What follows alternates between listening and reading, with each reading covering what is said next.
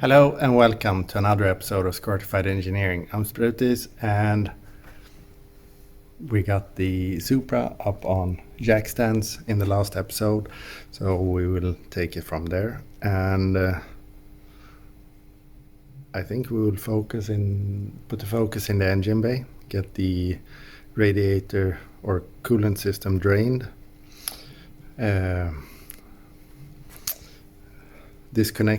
maybe not disconnect the oil coolers, but at least put it out of the way so that we can mock up the new ones, which would be engine oil and power steering fluid. So yeah, let's get going.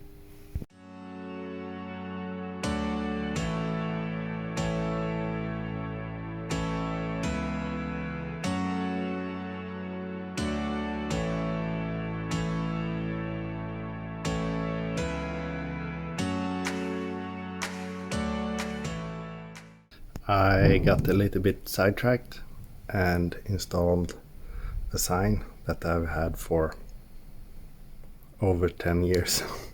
But yeah, a little bit nicer at least. So let's continue with what we came here to do. Draining the cooling system so that we can mock up the coolers underneath here. So I have only removed the drain plug,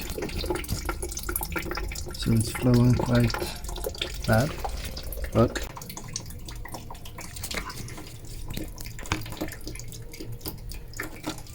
so if I modulate the intake of air by opening the radiator cap,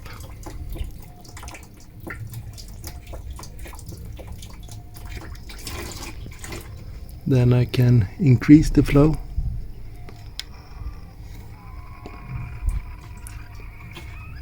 So I will do this until it's drained. And just like that, we are back to dripping and the coolant cap can be removed. So now we will of course have a little bit of fluid left in the radiator and the hose down there. Maybe a little bit in the thermostat housing since it can't flow upwards. So let's remove the hoses. Okay, so I haven't gotten very far. I got sidetracked again. It turned out that I had missed to install this fastener, this screw, because I needed it somewhere else. And the screw that I had here before was shorter, so it didn't thread all the way. The new screw, the one you see here, threads all the way, but unfortunately the female threads were damaged, so I had to run a tap, etc. But anyway, sidetracked number 2 is completed. So I just undid the clamps and then I could push off the lower coolant hose from the radiator.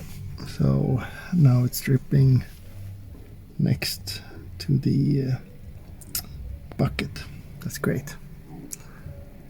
So most of the coolant is now drained. We can continue on the top. It's getting late, so I will have to pick this up another day.